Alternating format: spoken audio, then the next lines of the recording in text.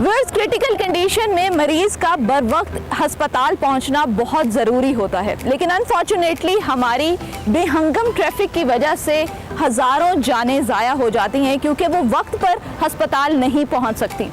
इसका हल तलाश किया है 1122 ने और उन्होंने मुतारिफ करवाई है पंजाब की आम आवाम के लिए फ्री एम्बुलेंस एयर सर्विस।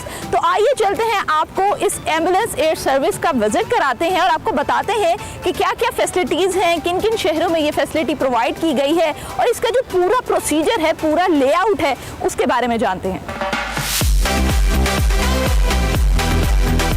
तो व्यूअर्स, इस वक्त हमारे साथ मौजूद हैं secretary emergency services doctor Rizwan Naseer साहब, जिनसे आज हम एयर एम्बुलेंस के बारे में जानेंगे। अस्सलाम वालेकुम sir, thank you so much for your time. Sir, सबसे पहले बहुत मुबारक हो आपको, आपने एक बड़ा ग्रेट इनिशिएटिव लिया है और पंजाब में ये बड़ा ज़रूरी भी था क्योंकि बहुत सारी ऐसी अमवात होती हैं जिनको अगर बर वक्त हॉस्पिटल मुंतकिल कर दिया जाए तो कीमती जानें बच सकती हैं। तो मुझे ये बताएं कि क्या इस सर्विस का बाकायदा आगाज़ हो चुका है? जी, हम अभी टेस्ट रन कर रहे हैं और मैं समझता हूँ ये एक तारीखी कदम है उन लोगों के लिए जो बेचारे दूर दराज इलाकों में रहते थे। मसलन अगर 2023 का हम डेटा देखें तो 1540 मरीज़ ऐसे थे जिनको बड़ी सीरियस इंजरीज थी या क्रिटिकल कंडीशन में थे, जिसमें उनकी या हेड इंजरीज थी या कोई हार्ट पेशेंट था या पॉलीट्रॉमा पेशेंट था जिसको बहुत सारी इंजरी, उसको बर वक्त स्पेशलाइज्ड केयर की ज़रूरत थी। लेकिन जब हमने देखा कि जो हमारा बहावल नगर का एरिया है, इसी तरह मियांवाली और भक्कर का एरिया, वहाँ से 1540 मरीज़ ऐसे थे जिनको 4 घंटे से ज़्यादा लगे।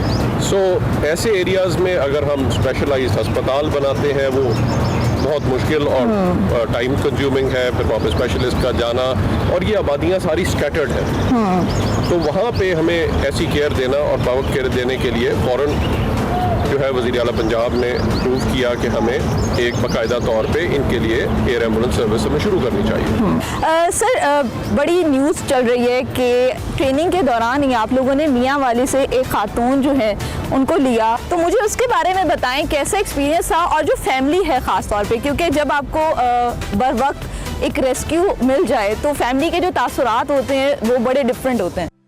आप उस फैमिली तस्वुर नहीं कर सकती कि ये हो सकता है और ये मुमकिन भी हो सकता है। एक बेचारी गांव में एक गरीब सी फैमिली वो छत अपनी ठीक करने जाती है, गिरती है और उसके बाद उसका क्वाड्रिप्लीजिया हो जाता है, उसके ना हाथ पैर दोनों सब कुछ काम को छोड़ देते हैं, अनस्टेबल कंडीशन के अंदर है, और उसको हमने फ़ौरन जो है यहाँ से शिफ्ट किया।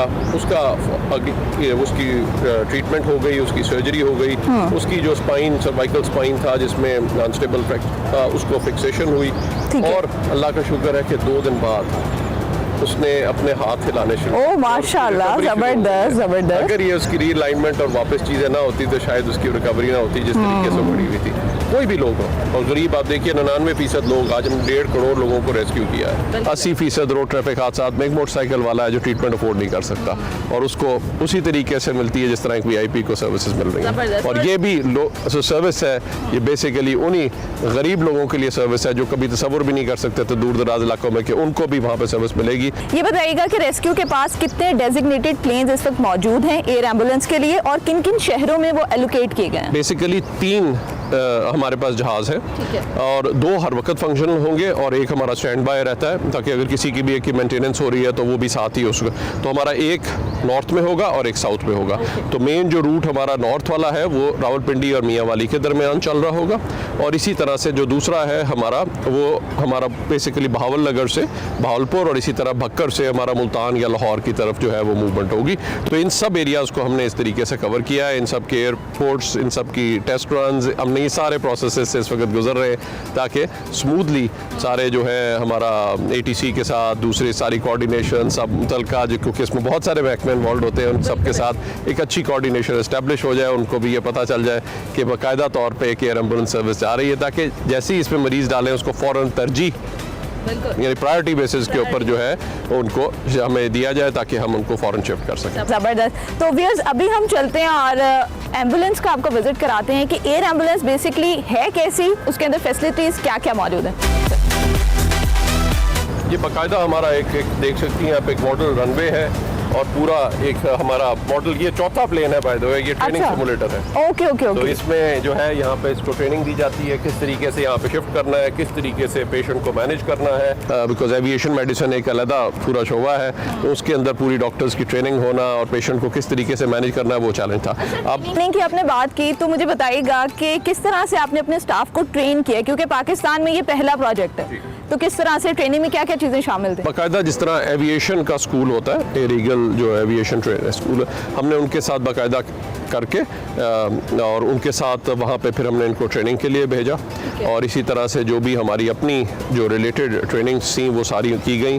फिर बाकायदा ये टेस्ट फ्लाइट्स भी होती रहीं जिनमें ये जाते रहे ताकि सारी चीज़ों को ये देख सकें। आज हम आपको एक मॉक ड्रिल करके, क्योंकि जैसे ही हमें कॉल आएगी फ़ौरन हमें, जब कंसल्टेंट ने रेफ़र किया, मेडिकल सुपरिटेंडेंट वहाँ पे ज़िले इमरजेंसी ऑफिसर को फ़ौरन इन्फॉर्म करेगा और वो हमारे इमीडिएटली कंट्रोल रूम के साथ रब्ता करके तो फ़ौरन उसको डिस्पैच किया जाए। चंद मिनट्स का प्रोसेस है जिसमें ये सारा, और उसमें यहाँ से हम डिस्पैच करेंगे, वहाँ से हमारा जो प्लेन वहाँ पे रेडी होगा और साथ ही वहाँ पे टेक ऑफ कर जाएगा और वहाँ से पेशेंट लेगा।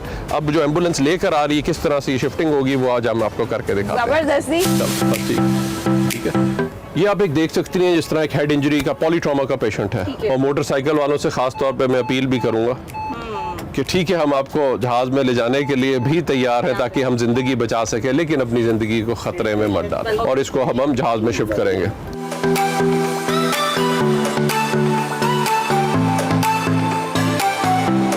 सर, तो पेशेंट तो हमने शिफ्ट कर दिया एयर एम्बुलेंस में, मुझे ये बताइए कि इसके अंदर क्या क्या फैसिलिटीज़ हैं पेशेंट के लिए? इसके अंदर 3-4 फैसिलिटीज़ जो हैं वो ज़रूरी हैं। सबसे पहले तो ऑक्सीजन सप्लाई सिस्टम होना बड़ा ज़रूरी है। ठीक है। दूसरा, अगर आप देखें तो अगर कोई पेशेंट जो है वो खुद ब्रीथ नहीं कर रहा तो उसको अपने ट्रांसपोर्ट वेंटिलेटर होता है जो कि हमने इसके अंदर फराहम किया है। इसी तरह ऑटोमेटिक एक्सटर्नल डिफिब्रिलेटर है, अगर कोई शॉक में चला जाए तो उसको अपने शॉक किस तरीके से देना है। फिर जो इसमें ज़रूरी अद्वियात है वो है, और अगर आप स्पाइनल इंजरी पेशेंट को शिफ्ट कर रहे हैं तो आपने देखा कि हमने स्पाइन बोर्ड पे शिफ्ट किया है। पेशेंट्स जो हैं उनको किस तरह से आप लोगों ने कैटेगराइज किया है कि किसको प्रायोरिटी पे रखा जाएगा? जी, इसके अंदर क्लियर कट इंटरनेशनल गाइडलाइंस है। मसलन if you have a polytrauma patient, if you have a head injury patient, if you have a cardiac patient, उन सब की, और इसी तरह अगर खुदा ना खास्ता किसी की लिम्ब एम्पुटेट हो जाती है या उसकी कॉम्प्रोमाइज़ हो रही है, वैस्कुलर कॉम्प्रोमाइज़, उसको वैस्कुलर सर्जरी की फ़ौरन ज़रूरत है, तो ऐसे पेशेंट्स को हम प्रायोरिटाइज करके फ़ौरन शिफ्ट कर सकेंगे।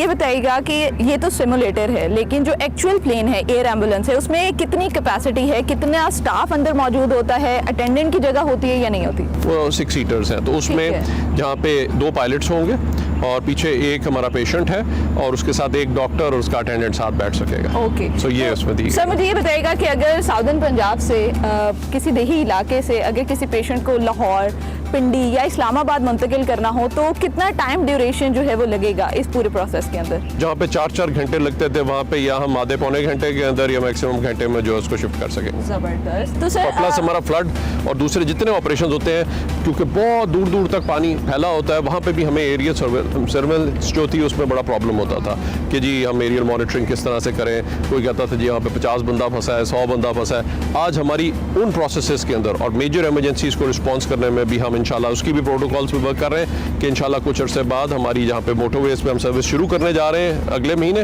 वहीं पे हम मोटरवेज पे भी एयर सर्विस साथ हम फराहम करेंगे। तो यानी आइंदा आने वाले फ्लड्स में और अर्थक्वेक में एयर एम्बुलेंस की सर्विस भी अवेलेबल है? जी इंशाल्लाह। ज़बरदस्त। जब इस सर्विस का अनाउंसमेंट की गई और बताया गया कि एयर एम्बुलेंस जो है वो पंजाब में बहुत जल्द जो है वो अपनी वर्किंग स्टार्ट करेगी, तो बहुत लोगों के इसके ऊपर कंसर्न थे कि एयरप्लेन क्यों चूज़ किया गया, हेलीकॉप्टर्स क्यों नहीं चूज़ किए गए, क्योंकि वो ज़्यादा कन्वीनियंट है उनकी लैंडिंग, उनका take off as compared to plane. तो इसके बारे में आप क्या कहें? जी, इंटरनेशनल गाइडलाइंस अगर आप देखें तो वो ये कहती हैं कि अगर आपका 100 मील से ज़्यादा का डिस्टेंस है तो उसमें एरोप्लेन जो है वो रिकमेंडेड है। ओके। और अगर 100 मील से कम का डिस्टेंस है, वो अल्लाह का शुक्र है कि आज अगर हमारा सेंट्रल पंजाब देखें या इवन उसमें ज़्यादातर एरियाज़ में सब में कोई भी हमारा जो आज हॉस्पिटल है, स्पेशलाइज्ड केयर हॉस्पिटल है, वो 1 घंटे के डिस्टेंस पे अवेलेबल है। चाहे हमारा गुजरांवाला उठा लें, लाहौर में मल्टीपल हॉस्पिटल्स अवेलेबल हैं, फैसलाबाद के रीजन में, इन सब एरियाज़ में, तो यहाँ पे ज़रूरत नहीं थी। प्लस ना सिर्फ ये बल्कि हमारा हेलीकॉप्टर जो लाहौर में अवेलेबल है, मैडम ने कहा है कि वो भी मेरा आपके डिस्पोजल पे होगा, CM साहिबा ने कहा कि जी तो जब भी आपको चाहिए होगा और इस किस्म की इमरजेंसी अगर कोई भी सूरत हाल यहाँ पे होती है तो वो भी अवेलेबल है। तो वो हमारा लाहौर में स्टेशन होता है क्योंकि ये सेंट्रल में हमें इतना डिस्टेंसेस नहीं है, लेकिन साउथ में जहाँ पे डिस्टेंसेस हैं और नॉर्थ में जहाँ पे डिस्टेंसेस है वहाँ पे हम इन चीज़ों को कवर कर रहे होंगे। ज़बरदस्त, thank you so much sir for your time, बहुत अच्छा लगा आपसे बात करके। Thank you ji.